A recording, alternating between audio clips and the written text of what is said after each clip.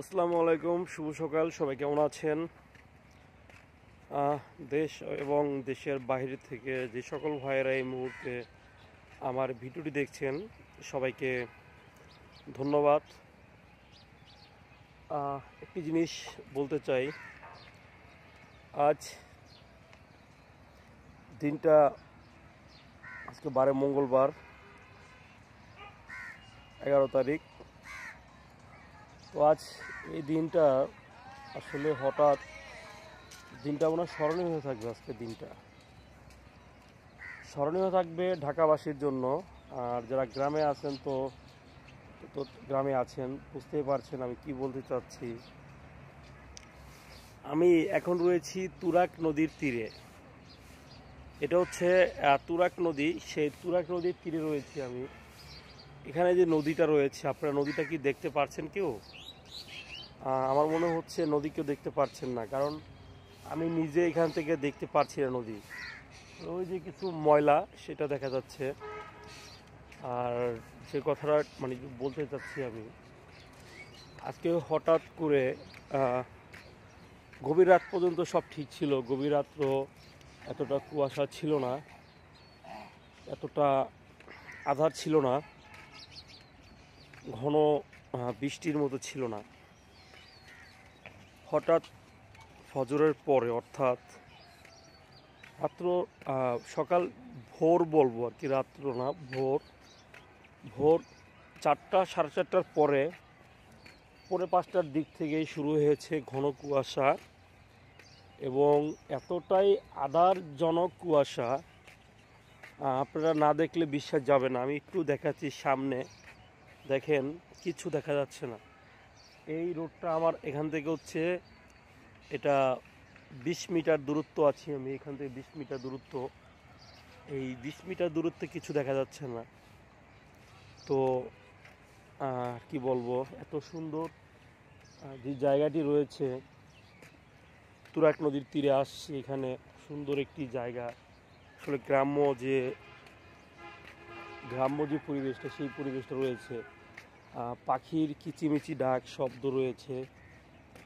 তারপরও জায়গাটি খুব সুন্দর, কিন্তু মনে হচ্ছে যে আদারও যে কুয়াশাটি রয়েছে, সেই কুয়াশার জন্য, ঘন কুয়াশার জন্য কিছু দেখা যাচ্ছে না। তো মহান আল্লাহর কাছে লাখ লাখ শুকরিয়া যে আমরা ঢাকাবাসী হয়তোবা এরকম গ্রাম্য যে পরিবেশ, যে আদার দেখতে পারি না।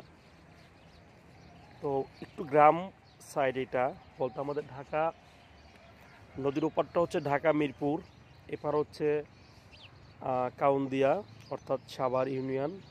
আর সাভার মানেই বুঝতে পারছেন গ্রামের আবাস এখানে রয়েছে। এখানে কোনো বড় যানবাহন গাড়ি নেই, এখানে জাস্ট ছোট ছোট যানবাহন যে গাড়িগুলো, সেগুলোই।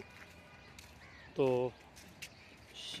গ্রাম্য পরিবেশ এখানে দেখলে বুঝবেন যে গোবর দিয়ে কিন্তু ঘটিয়া, এই ঘটিটাগুলো যারা পাক রান্না করেন, ভাত তরকারি রান্না করেন আগুনের মাঝে, এই ঘুইটা পুরোই কিন্তু এই রান্নাগুলো হয়।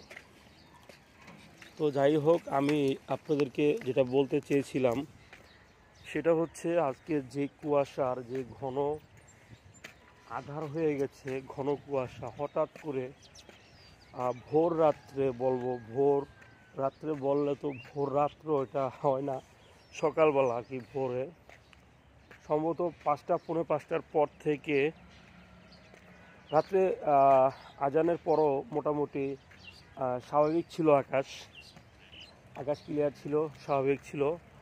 হঠাৎ 5টার পর থেকে সকালবেলা ভোরে আমি অনেকের সাথে কথা বলছি যারা নামাজি ছিলেন, নামাজ পড়ছেন, তারা বলছিল আমরা সুন্দর মতো আসছি, তখন একটু কুয়াশা ছিল না। হঠাৎ করে এত আধারের কুয়াশা কোথা থেকে আসলো, হঠাৎ করে এত আধার কীভাবে হলো? তো সবই হচ্ছে মহান আল্লাহ পাকের সৃষ্টি।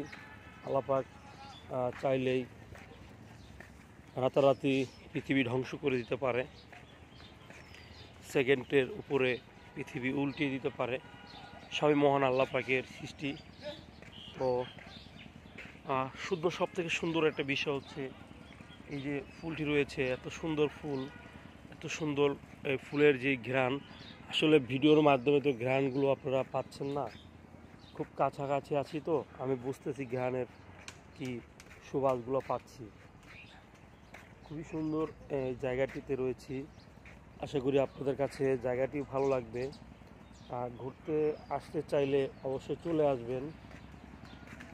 এটা কিন্তু কাউন্দিয়া, অর্থাৎ মিরপুর ছোট দিয়াবাড়ি আসলে এখানে আসতে পারবেন।